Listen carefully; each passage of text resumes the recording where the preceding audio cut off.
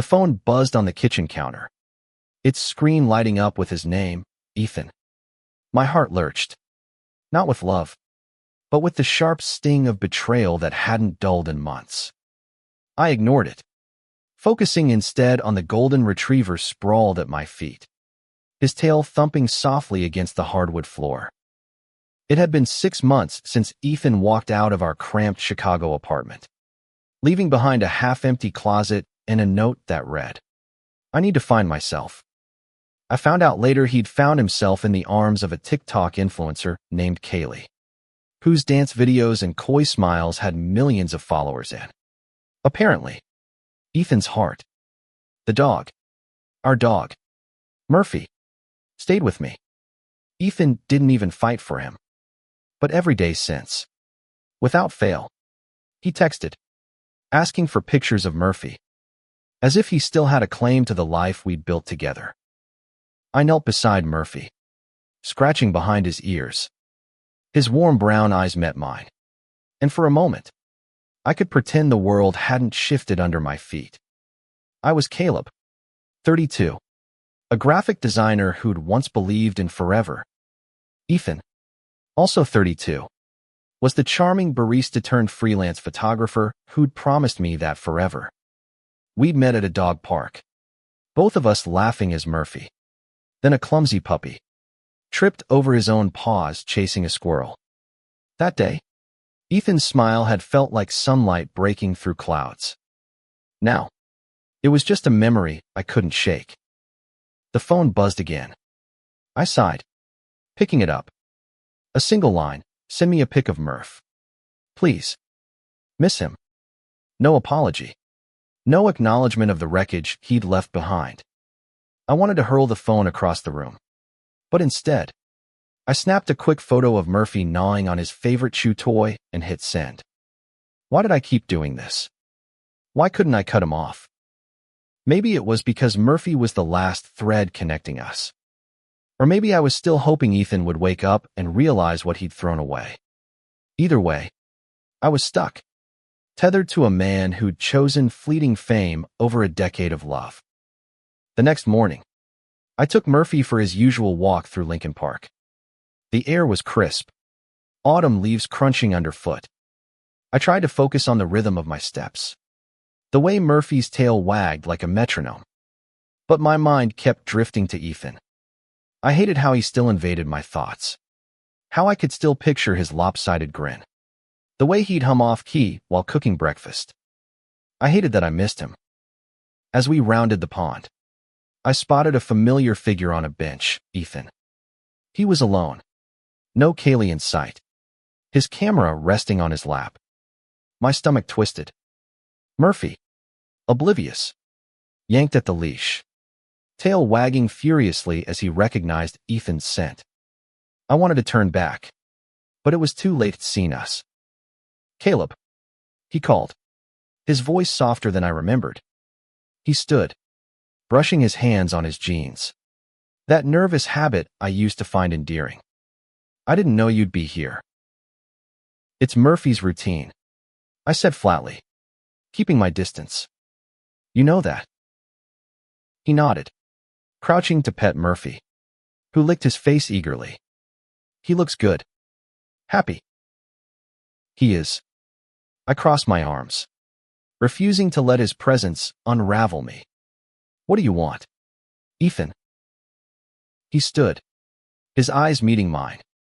There was something raw there, something I hadn't seen in months. I miss him, and I wanted to see you." My chest tightened. "You don't get to say that. Not after you left." "I know," he said, his voice breaking. "I messed up. Caleb. I didn't think it would hurt this much." I wanted to scream, to demand answers.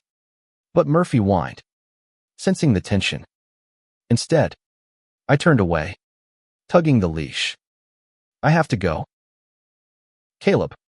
"Wait," he started. But I kept walking, my heart pounding. I didn't trust myself to stay, not when he could still make me feel so much. Back home, I sank onto the couch, Murphy curling up beside me. The phone lit up again. Another text from Ethan. Can we talk? Please. I stared at it, my thumb hovering over the reply button. Part of me wanted to hear him out, to understand why he'd thrown us away for a stranger's likes and follows. But another part, the part that had spent months piecing myself back together, screamed to let him go. I didn't reply. Instead, I opened my laptop and started designing a flyer for a local dog adoption event. Work was my escape, a way to drown out the noise of Ethan's absence. But as I sketched, my mind wandered to the early days when Ethan and I would stay up late, planning road trips we never took, dreaming of a house with a yard for Murphy. Those dreams felt like they belonged to someone else now. The next day, Ethan's texts came faster. Pictures of Murphy weren't enough. Enamore wanted to meet.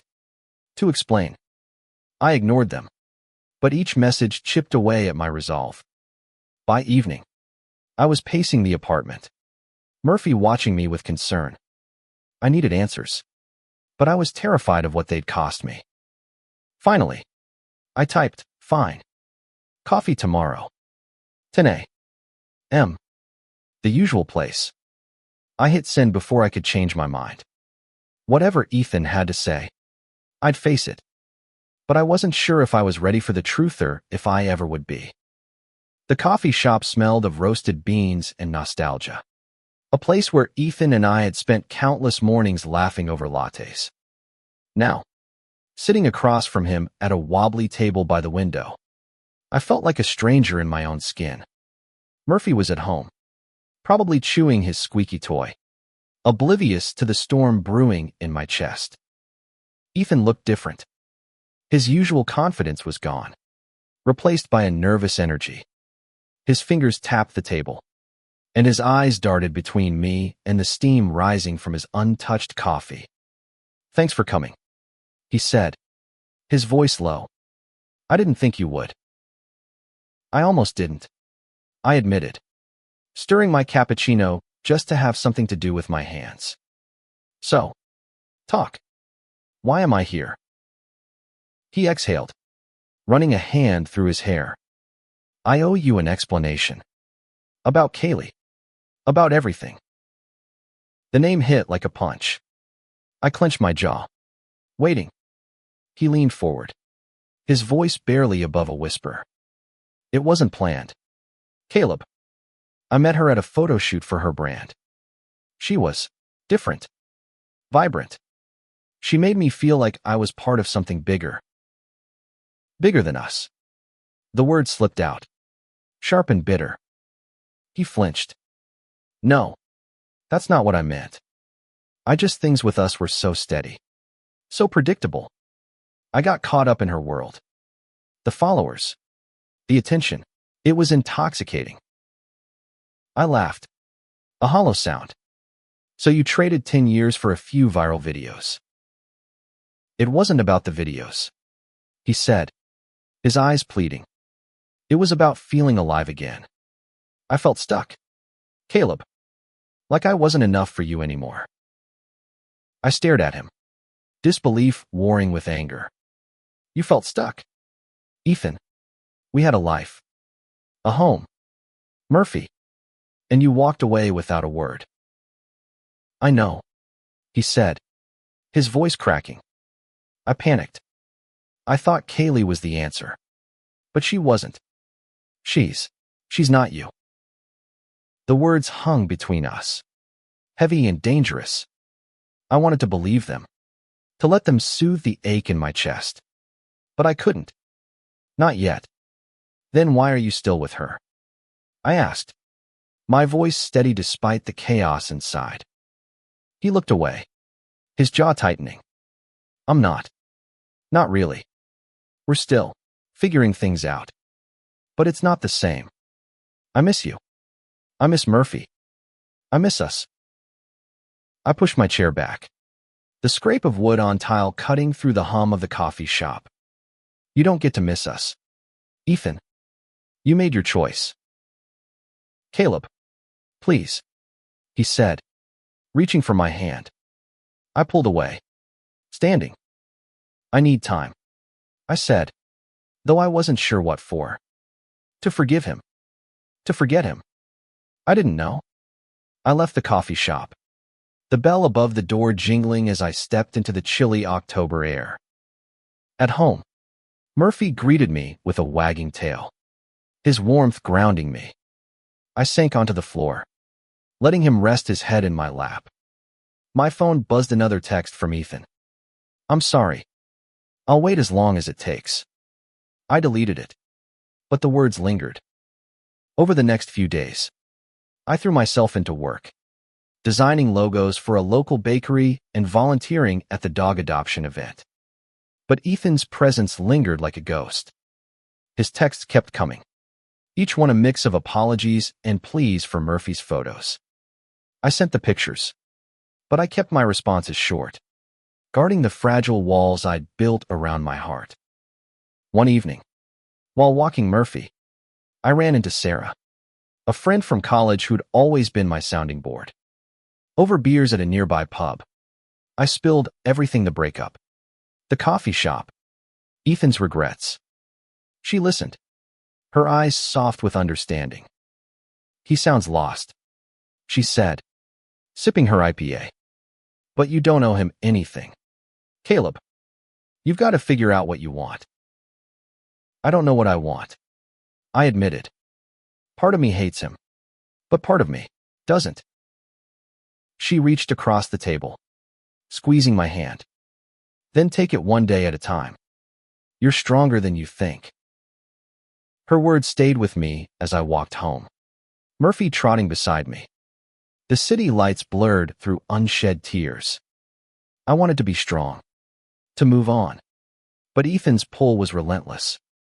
And then there was Murphy, our shared love, the one piece of us that hadn't broken. That night, I dreamed of Ethan. Not the Ethan who left, but the one who danced with me in our kitchen, Murphy barking at our feet. I woke up with an ache I couldn't name, wondering if I'd ever be free of Heimer, if I even wanted to be. The adoption event was chaos in the best way: dogs barking, kids laughing, and volunteers scrambling to keep leashes untangled. I was in the thick of it, handing out flyers and snapping photos for the shelter's social media. Murphy, ever the ambassador, charmed everyone with his wagging tail and soulful eyes. For a few hours, I felt lighter, like I could outrun the weight of Ethan's texts. But then I saw her. Kaylee. She was across the park, filming a video with a tiny poodle in a pink sweater. Her laugh carried over the crowd, bright and artificial, like she was performing for an invisible audience. My stomach churned. I hadn't expected her here, hadn't braced myself for the sight of the woman who'd upended my life. I turned away, focusing on a family asking about a beagle. But my eyes kept drifting to her, to the way she moved with effortless confidence, her phone propped on a tripod as she danced with the poodle. Was this what Ethan had chased? This polished, fleeting version of joy? Caleb. A voice broke through my thoughts.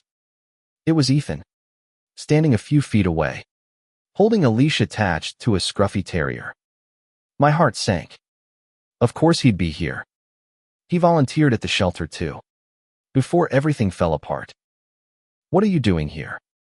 I asked, my voice sharper than I intended. He shrugged, looking sheepish. I still help out when I can. Didn't know you'd be here. I wanted to believe him, but doubt gnawed at me. Was this a coincidence? Or had he known I'd be here? Before I could respond, Kaylee's laugh rang out again, closer this time. Ethan's eyes flickered toward her, and I saw a flash of guilt, maybe longing. It cut deeper than I expected. Still with her. Huh, I said, nodding toward Kaylee. He shook his head quickly. No, I told you. It's complicated. We're not together like that anymore. Then why's she here? I pressed, my voice low to avoid drawing attention. She's just promoting the event. It's good for the dogs, he said, but his words felt hollow. I didn't trust them. Didn't trust him. Murphy nudged my leg, grounding me. I crouched to pet him, using the moment to steady my breathing. I can't do this. Ethan, I said, standing. Not here. Not now. He stepped closer, his voice urgent. Caleb, I'm trying to fix this. I know I hurt you, but I'm not that guy anymore. I looked at him. Really looked. The man I'd loved for a decade was still there, buried under layers of regret and bad choices. But I couldn't let myself fall back into his orbit. Not again. I need space, I said, turning away. Don't follow me. I spent the rest of the event avoiding him, throwing myself into helping a shy hound find a home. But Kaylee's presence lingered, a reminder of everything I'd lost. By the time I got home, I was exhausted, emotionally and physically. Murphy curled up beside me on the couch, his warmth a small comfort. That night, Ethan's text came later than usual. I'm sorry about today. Can we try again? Attached was a photo of the terrier he'd been walking. Captioned, this guy needs a home. It was a low blow, using the dogs to get to me. I didn't respond, but I saved the photo. Maybe I'd check on the terrier tomorrow. The next morning, I woke to a voicemail from Ethan. His voice was raw, almost desperate. Caleb, I know I don't deserve it, but I need you to hear me out. I'm coming over tomorrow. Please, just give me 10 minutes. I deleted the voicemail, but the words echoed in my head. 10 minutes. Could I handle that? Did I even want to? I spent the day distracted, my designs lackluster, my mind replaying every moment of our past. The good ones hurt the most, the late-night talks, the way he'd kiss my forehead when he thought I was asleep. By evening, I was a mess of indecision. Sarah's advice echoed, figure out what you want.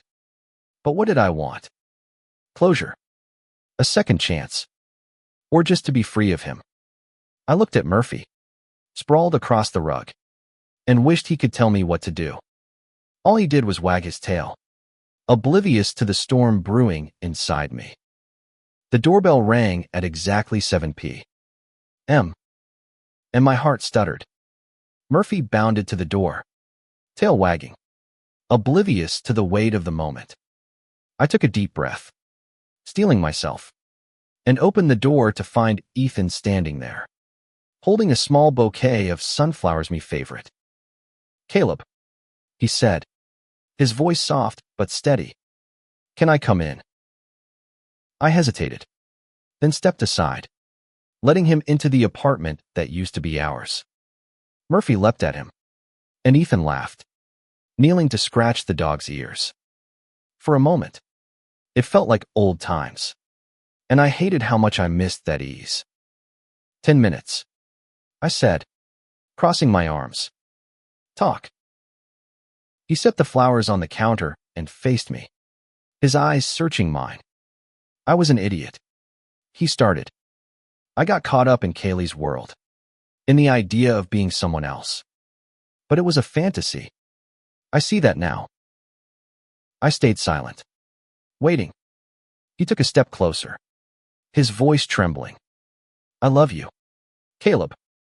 I never stopped. Leaving you was the biggest mistake of my life. The words hit like a tidal wave, threatening to pull me under. I wanted to believe him, to let his sincerity wash away the pain. But doubt held me back. You left me for her, I said, my voice shaking. You chose her over everything we had. I know, he said, his eyes glistening. I was chasing something I thought I needed, but it was empty. Kaylee's life fights all surface. I want real. I want you. I turned away, staring at the sunflowers. They were bright, hopeful, a cruel contrast to the ache in my chest. You don't get to just come back. Ethan, you broke me. He stepped closer, his hand hovering near my shoulder, but not touching. I know I don't deserve you. But I'm here, and I'm begging for a chance to make it right. For you. For Murphy. For us. Murphy whined, sensing the tension, and I knelt to pet him, grounding myself in his warmth. I don't know if I can trust you, I said, my voice barely above a whisper. Then let me prove it, he said, one day at a time. No pressure. No expectations. Just let me show you I've changed. I looked at him, at the man I'd loved for so long, and saw something new: vulnerability. Maybe. Or desperation. It wasn't enough to erase the past, but it was enough to make me pause. I need time, I said finally. And space. If you're serious, you'll respect that. He nodded, his shoulders sagging with relief. I will. Whatever you need. After he left, I sat on the couch, Murphy's head in my lap, the sunflowers mocking me from the counter. I didn't know what to feel: hope, anger, or something in between. All I knew was that Ethan's words had cracked open something I'd tried to bury, and I wasn't sure I could close it again. The next few days were a blur. Ethan kept his distance, but his texts were different now, less about Murphy, more about us. He sent memories, a photo of us at Lake Michigan, a screenshot of a playlist we'd made together. Each one was a reminder of what we'd had, and it hurt as much as it healed. I threw myself into work, designing a new website for the shelter. But at night, when the apartment was quiet, my thoughts drifted to Ethan. Could he change? Could I forgive him? I didn't have answers, but the questions kept me awake. One afternoon, while walking Murphy, I ran into Kaylee again. She was alone. No camera. No poodle. She looked normal. Just a woman in jeans and a sweater. Caleb. Right. She said, her voice softer than I expected.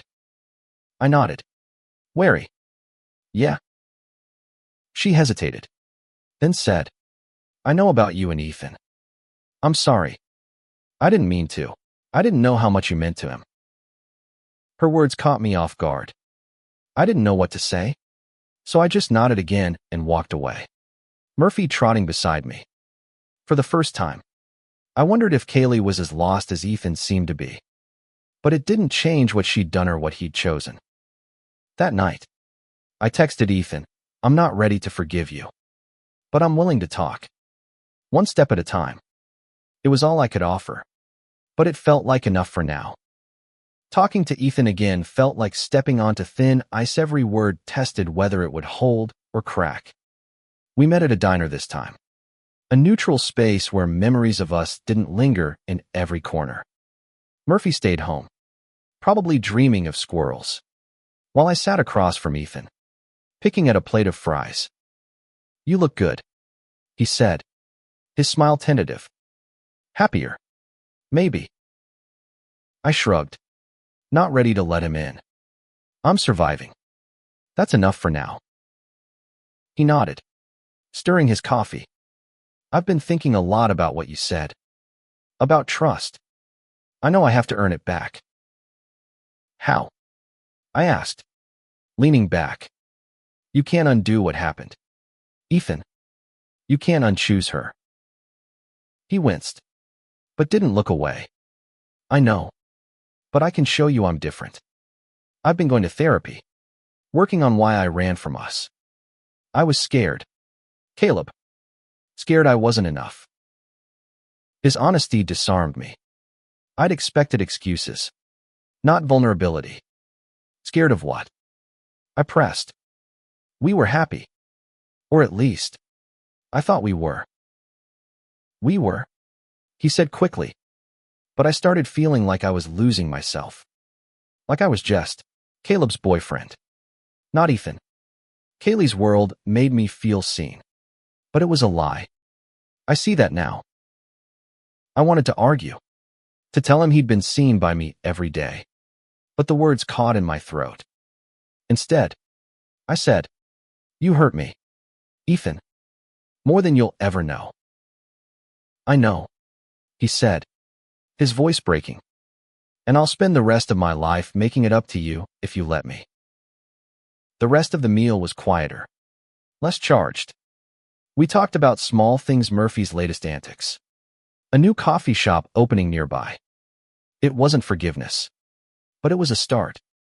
When we parted, he hugged me, quick and hesitant, and I didn't pull away. Back home, I found myself replaying the conversation, searching for lies in his words. But all I found was sincerity, and that scared me more than his betrayal ever had. What if I let him back in, only to lose him again? Over the next week, Ethan kept his promise. He didn't push, didn't demand. He sent texts about his therapy sessions, about a new photography project he was working on, portraits of shelter dogs. Inspired by Murphy, he invited me to see the photos. No pressure, just an offer. I didn't go, but I saved the invite. Sarah noticed the shift in me. Over coffee, she raised an eyebrow. You're thinking about giving him another chance, aren't you? Maybe, I admitted. I don't know if it's stupid or brave. It's human, she said, smiling. Just don't lose yourself in the process. Her words stuck with me. I'd spent months rebuilding myself, finding joy in small things, Murphy's morning Zoom eyes, late-night design sessions, the shelter's grateful emails. I wasn't ready to risk that for Ethan. Not yet. But then came the package. It arrived on a rainy afternoon. A small box with Ethan's handwriting on it. Inside was a photo album, filled with pictures of me, Ethan, and Murphy, moments I'd forgotten. Like the time we got stuck in a downpour at a music festival, laughing as Murphy shook water everywhere. At the back was a note. These are the moments that matter. I'm sorry I forgot. I sat on the floor, flipping through the album, tears blurring the pages. Murphy nudged my arm, whining softly. I didn't know if I could forgive Ethan, but I couldn't deny the love we'd shared or the love he was trying to rebuild. That night, I called him. The album, I said, my voice thick. It's a lot. I meant every page. He said, I'm not asking for promises, Caleb. Just a chance. I didn't respond. Not yet. But as I hung up, I felt something shift, a tiny crack in the walls I'd built, letting in just enough light to hope. The shelter's annual fundraiser was packed, a whirlwind of wagging tails and hopeful adopters. I was there with Murphy, helping set up a photo booth for the dogs. Ethan was there too, his camera clicking as he captured candid shots of puppies and their potential families. Every time our eyes met, my heart did a traitorous flip. He approached me during a lull, holding out a Polaroid of Murphy mid-yawn. Thought you'd like this, he said, his smile soft. I took it, my fingers brushing his. Thanks, I said, tucking the photo into my pocket. You're good with the camera. Trying to be good with more than that, he said, his voice low. How am I doing? I didn't answer, but I didn't walk away either. We worked side by side for the rest of the event, an unspoken truce settling between us.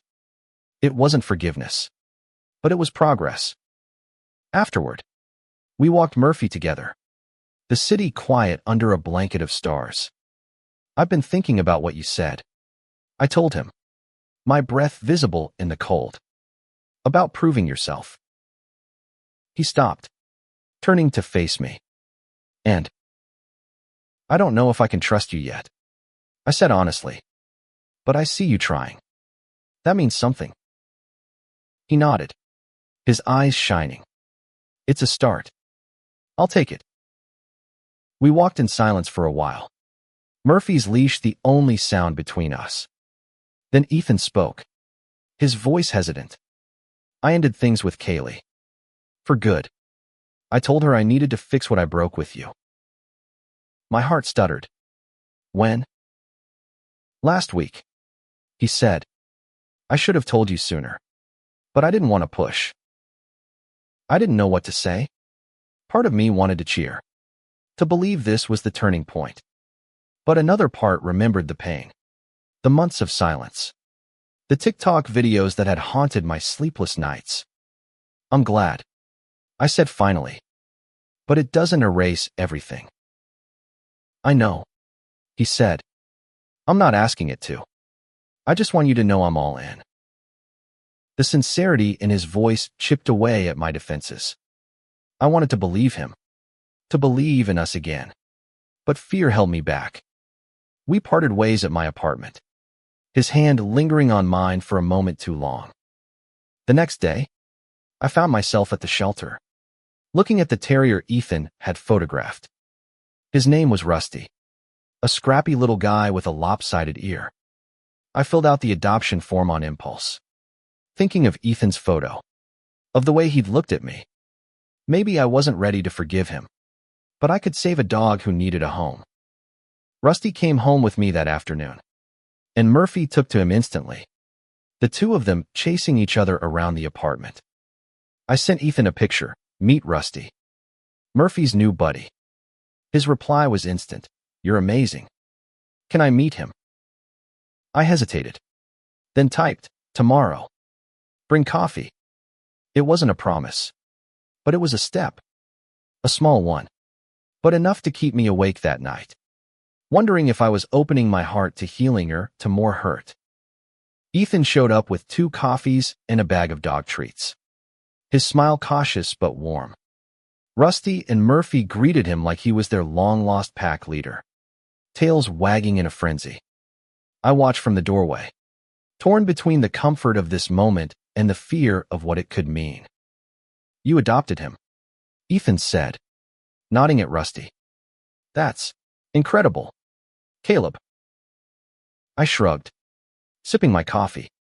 He needed a home. Seemed like the right thing. It's more than that, he said, his eyes meeting mine. It's you. You're always doing the right thing, even when it's hard. His words hit deeper than I expected. I looked away, focusing on Rusty gnawing on a treat. I'm just trying to move forward, I said, with or without you. He nodded, his expression somber. I get that. I just hope it's with me. We spent the morning playing with the dogs, an easy rhythm settling between us. It felt like the old days, but different, fragile, like a photograph that could tear if handled too roughly. When Ethan left, he hugged me again, longer this time. I let him, my heart pounding against my ribs. Over the next few weeks, Ethan became a regular presence again. Coffee dates turned into walks with the dogs, then dinners at my place. He didn't push, didn't ask for more than I was ready to give.